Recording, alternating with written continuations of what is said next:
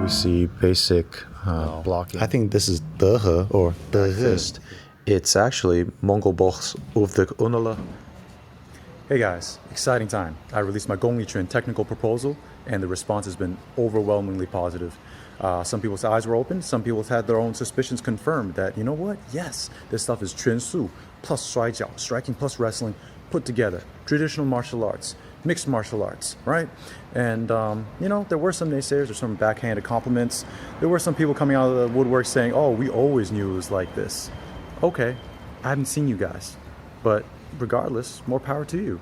I hope this generates more conversation and there's more good stuff to come. Thank you guys so much for joining me on my journey. I salute yours. Peace. All right, so if you're following me, you know that the Gongli Chuan technical proposal has been a good success. What's coming up next? Situation report. Let's get to it. An update. SitRep situation report on how I'm doing and what I hope to achieve. What's next?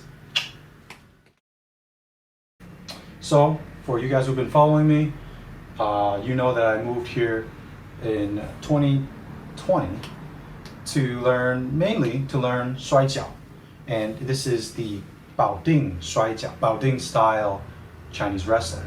And more specifically, this is the Taiwanese branch of Baoding Shuai Jiao, and more specifically, the Pingdong style of the Taiwanese branch of Baoding Shuai Jiao, Kuai Jiao, fast wrestling.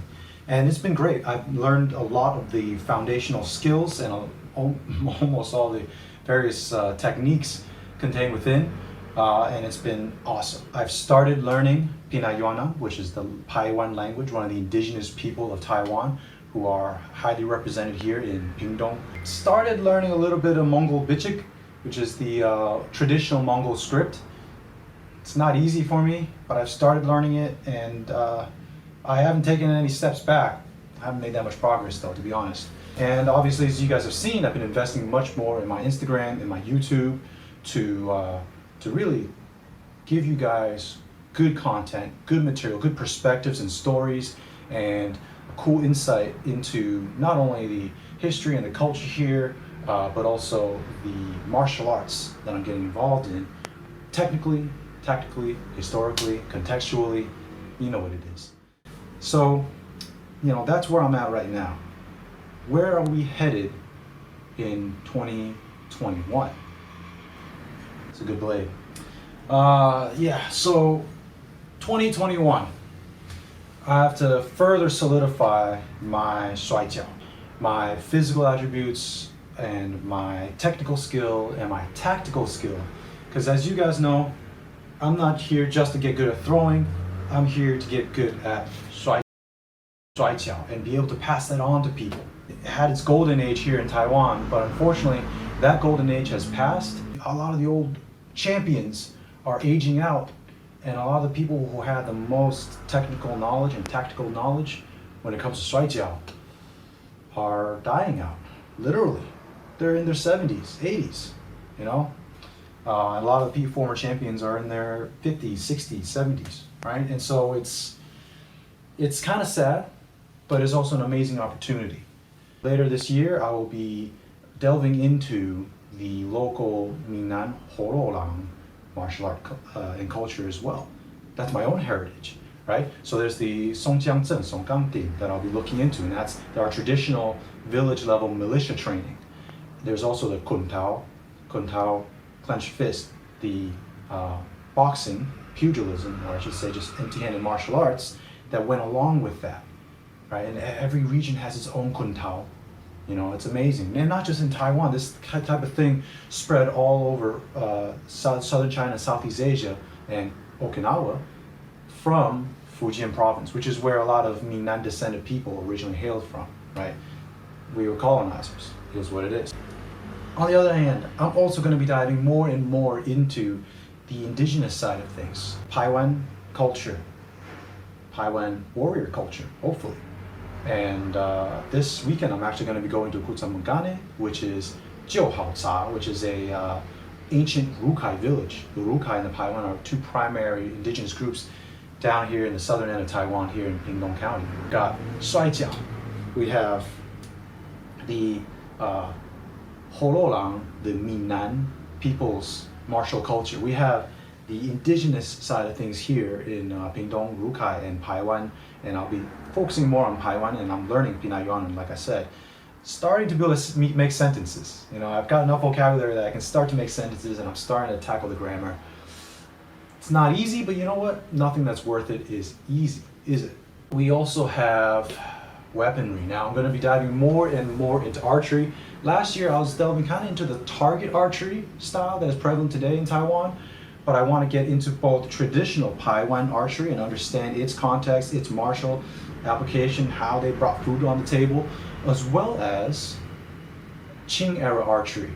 Now I'm talking about Manchu archery, Bannerman style stuff, right? And when we delve into that, really I'm diving into a whole martial culture involving wrestling, archery, saber.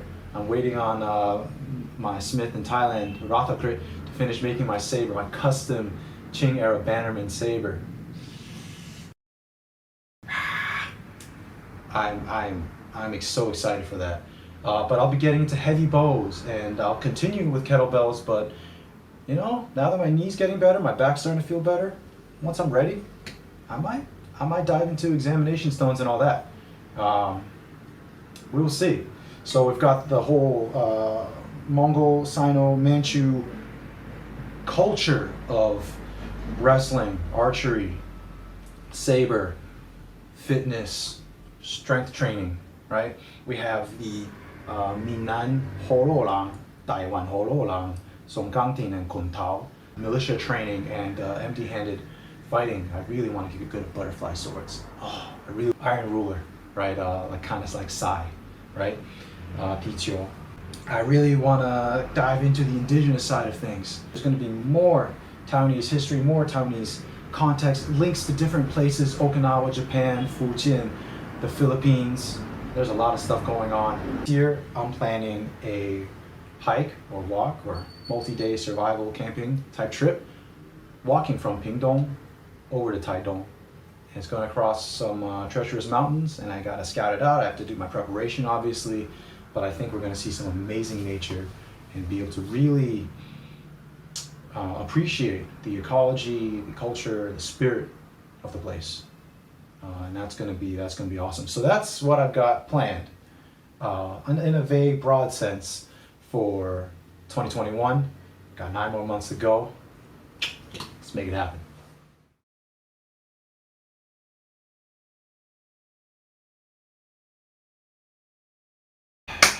Hope you guys got all that. Yeah, I put a little list there. This is also my own accountability thing. You know, I can look back on it and be like, fuck yeah, I did say I was going to do that. So no being lazy, right? No being lazy. We got too much life to live here. Thank you so much for following me on my journey. I salute yours. Peace.